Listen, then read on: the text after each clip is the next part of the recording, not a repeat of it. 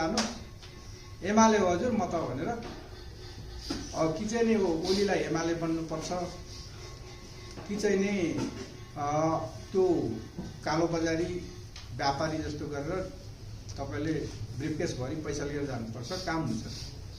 कांग्रेसमा पनि त्यही हो, देउबा आर्जुलाई गरेर ढोग्नुहोस् त्यो व्यापारीको त्यो माफियाको काम हुन्छ, या म कांग्रेसी हो हजुर भन्न जानुहोस् जो काम हुन्छ। 3 करोड नेपालीहरू को चाहिँ काम हुँदैन, त्यसैले विदेश भाग्छ।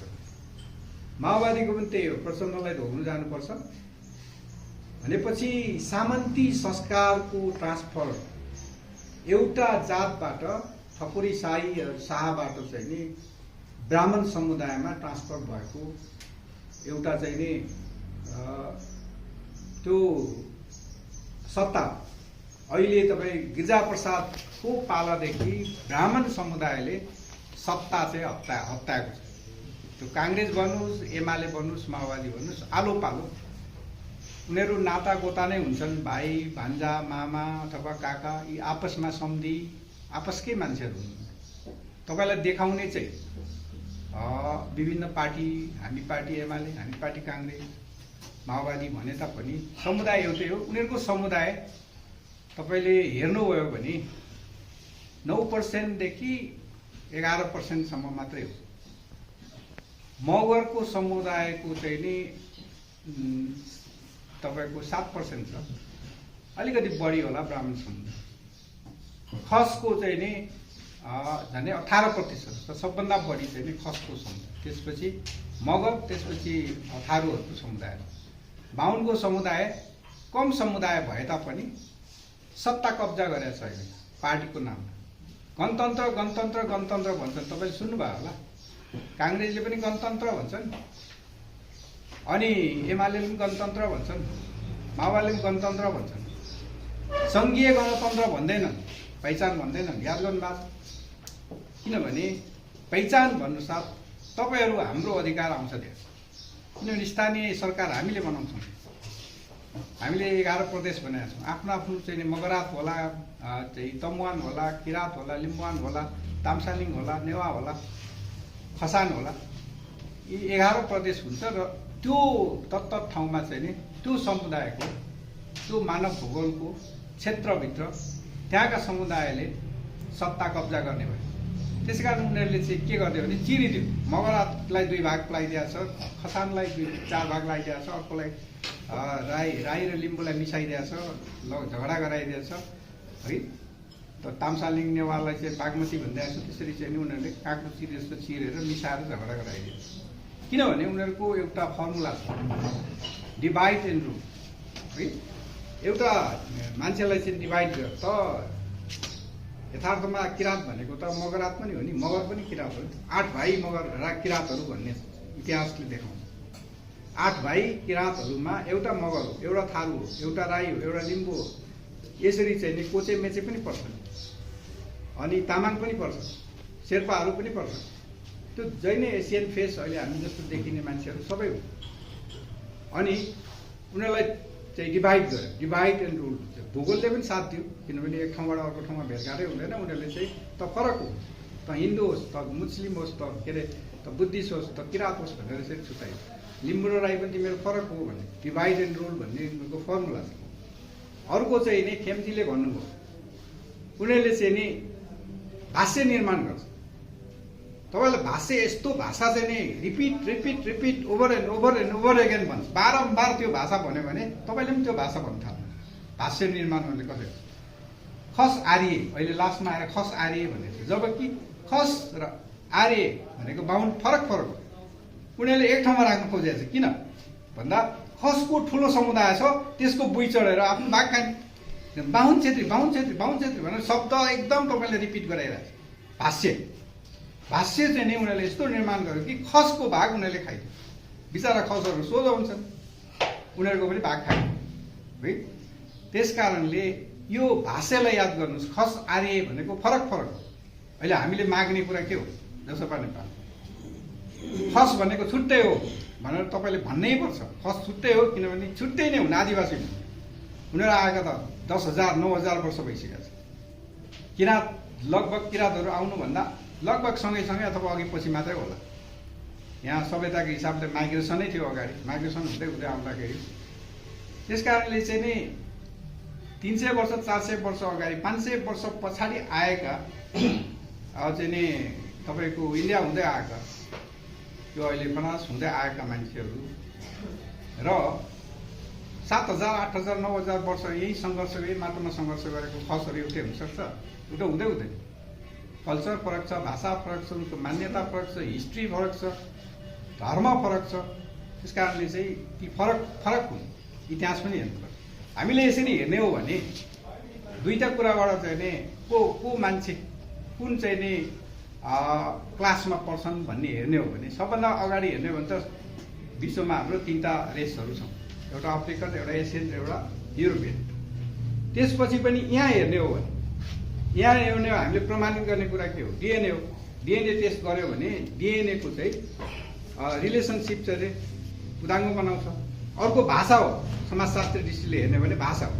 तपाईँले मैले अहिले भने मगर र किराँत एउटै हो भने मैले भने म प्रमाणित गर्न सक्छु, डिएनए टेस्ट गरेर प्रमाणित गर्न सक्छु वैज्ञानिक हिसाब। अथवा तपाईँले 2-3वटा कुरा जो भाषागत रूपमा चेन्ज हुँदैन, धेरै अगाडि हामीले हेर्ने हो भने 2-3वटा भाषा हुन्छ, त्यो भाषामा एकता भयो भने यी मेरो दाजुभाइ भनेर चिन्नुपर्छ। किनभने आजभन्दा 12,000 वर्ष अगाडि छुटेको साथीले सूर्यले के भन्थ्यो? मगरले जे भन्छ किराँतले त्यही भन्छ, तामाङले त्यही भन्छ, शेर्पाले त्यही भन्छ।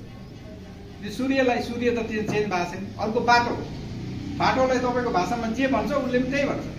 अर्को मासु अनि आगो, त्यो 3-4वटा जुन चेन्ज नहुने भाषा छ, ती भाषाहरूमा तपाईँले मगरको हेर्नुहोस्, राईको हेर्नुहोस्, तामाङको हेर्नुहोस्, शेर्पाको हेर्नुहोस्, गुरुङको हेर्नुहोस्, अनि थारूको हेर्नुहोस्, एउटै हुन्छ। त्यो समाजशास्त्रीले हिसाबले हेर्ने हो भने तपाईँहरू कोही पनि फरक होइन। तर हामीलाई यहाँ राजनीति गर्नको लागि धर्मको नाममा अथवा विभिन्न भाषाको नाममा भाषाकै कुरा गर्नु भने चाहिँ म किराँत 29वटा भाषा चाहिँ राईभित्र छ। राईकै भाषा एउटाको भाषा, चाम्लिङको भाषा बान्तावाले बुझ्दैन, थुलुङले बुझ्दैन, कुलुङले बुझ्दैन। त्यस कारण चाहिँ भाषा फरक हुँदैमा जात फरक हुँदैन, मान्छे फरक हुँदैन। भाषा फरक हुँदैमा त्यस कारण मगरको छुट्टै भाषा हो, राईको छुट्टै भाषा हो। त्यस कारण फरक भनेको तपाईँहरूलाई त्यसरी चाहिँ अल्म लागेको डिभाइड एन्ड रुल गरेर के हुन्छ भन्दा पछि आएको समुदायले राज गर्न सजिलो हुन्छ र सोझो हुनु र मूर्ख हुनु एउटै हो भने there is little difference between very brave हुनु र फुल हुनु। There is no much difference. There is not much difference between fool and brave. बहादुरी हुनु र मूर्ख हुनुमा त्यसो अन्तर छैन। हामी किन एउटा कवितामा पनि छ, हामी किन बहादुर छौँ? किनभने मूर्ख छौँ। हामीलाई युज गर्छ, भाषा जान्ने मान्छेहरूले युज गर्छ। अनि तपाईँलाई पढ्न दिन्न। अघि एकजना म्याडमले भन्नु शिक्षाको कुरा, तपाईँ शिक्षादेखि विमुख गराइएको थियो। अनि एउटा चाहिँ नि त्यो ब्राह्मण जो चलाक छ, जो धूर्त छ, धेरै चलाक छ, उसले चाहिँ म पढिहाल्छु नि, छेत्रीलाई पनि पढ्दैन, भएको कुरा सबै म तपाईँलाई भनिहाल्छु, यस्तो लेखा छ उस्तो लेखा सबै चाहिँ नि शास्त्रमा यो छ, तपाईँले पढ्नै पर्छ। उनीहरूले मात्रै पढ्ने, बनारस गई यहाँ स्कुलै नखोलिदिने। किन? न छेत्रीलाई पढ्दै आछ, न जनजातिलाई पढ्दै आछ, न आदिवासी कसैलाई पढ्दै आछ छैन नि। त्यो स्कुल खोलेको भनेको त पञ्चायतकाल आइसकेपछि स्कुल खोल्या। त्यस कारण महेन्द्रले एउटा राम्रो काम गरेको भनेको स्कुल खोल्यो। त्यो शिक्षाले पनि मान्छेको स्तर उठाउँछ, किनभने चेतना बढ्छ, जानकारी हुन्छ, भाषा धेरै जान्दछन्। किनभने ज्ञान त कहाँ हुन्छ? भाषामै हुन्छ। तपाईँले इङ्ग्लिस भाषा जान्नुभयो भने ज्ञान लिनुहुन्छ। तपाईँले चाहिँ मगर भाषा जान्नुभयो भने मगर भाषाभित्र चाहिँ 10,000 वर्षदेखिको ज्ञानहरू होला, अनुभव त हुन्थ्यो। त्यसकारण चाहिँ भाषाको पनि हामी संरक्षण गर्छौँ भन्छौँ नि त। शिक्षाले के हुन्छ? भाषालाई एक्सेस दिन्छ, भाषाबाट ज्ञान थप्नुहुन्छ। तर त्यति बेला के गर्यो भने एउटा जातले अरूलाई पढ्नै दिएन, शिक्षाबाट विमुख गरायो है। अर्को चाहिँ नि तपाईँलाई बेचिदियो, लडाइँ गर्नको लागि, ज्यान फाल्नको लागि बेचिदियो, बेचेर रोयल्टी खाएर बसे। अहिले पनि तपाईँ हेर्नुहुन्छ 4वटा जात जो अहिले बेलायतमा चाहिँ नि जागिर खाउँछ, राई, लिम्बू, गुरुङ, मगर, पश्चिमे पल्टन, पूर्वे पल्टन। त्यो बेचेको, मर्नलाई बेचेको, लडाइँ गर्नको लागि बेचेको, रोयल्टी उनीहरूले खाँदैन। अहिले पो तलब धेरै भएर अनि अलिकति उनीहरूको जीवन स्तर, आर्थिक स्तर उठ्यो त।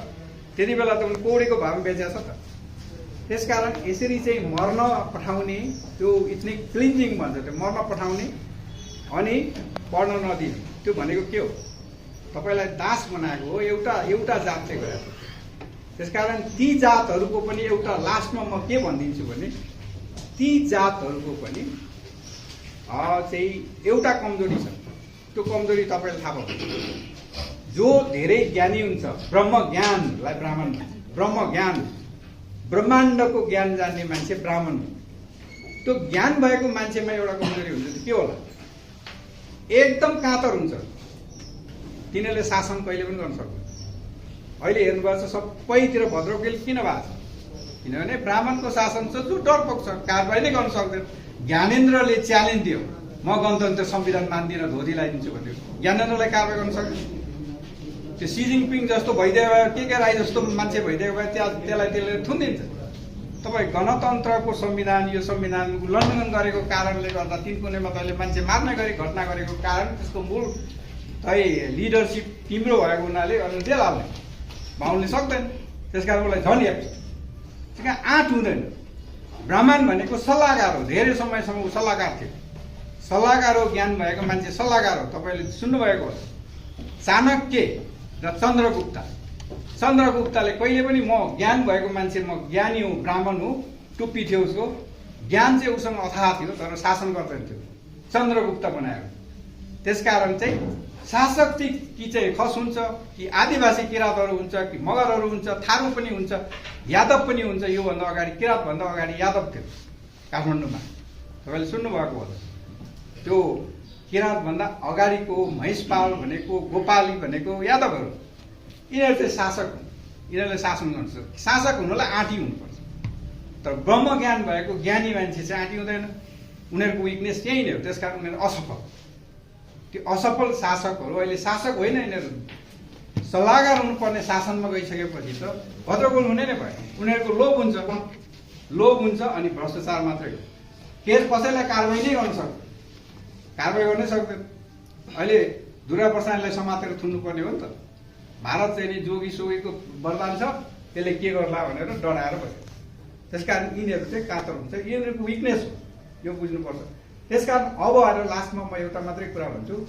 अब अहिले चाहिँ नि तपाईँको प्रतिगामी एउटा चाहिँ राजतन्त्रवादीहरू जो चाहिँ नि मध्ययुगीन राजतन्त्र फर्काउन चाहन्छन् र जनतालाई दास बनाउन चाहन्छन्, एउटा चाहिँ तत्त्व छ, थोरै छ, तर नयाँ जेनेरेसनले त्यसलाई मन पराउँछ। र एउटा गणतन्त्र भनेर हामीलाई अल्मलाइरहेको छ, तर सङ्घीयताको कुरा गर्दैन। 11 प्रदेशको कुरै गर्दैन। 7 प्रदेश भनेर चाहिँ लडाइँ गणतन्त्र भन्छ, सङ्घीयता भन्दैन, पहिचान भन्दैन, नेपाली पहिचान भन्छ। त्यो चाहिँ नि तपाईँको कहिले भन्दाखेरि पञ्चायतको चाहिँ सबै पञ्च नेपाली, सबै नेपाली पञ्च भन्ने खालको कुरा गर्छ।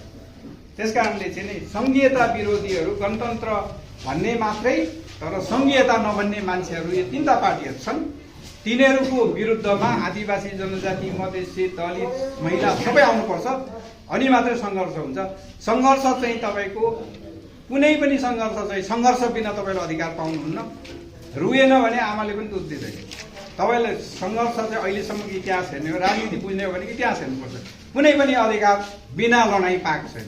लडाइँको लागि एकता चाहिन्छ। एकता भनेको हामी सबै मिल्ने हो है। हामीलाई डिभाइड गरिरहेको छ, हामी सबै मिल्ने हो।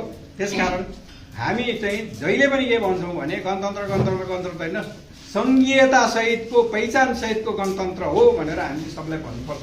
यति भन्दै म बिदा लिएँ। धन्यवाद।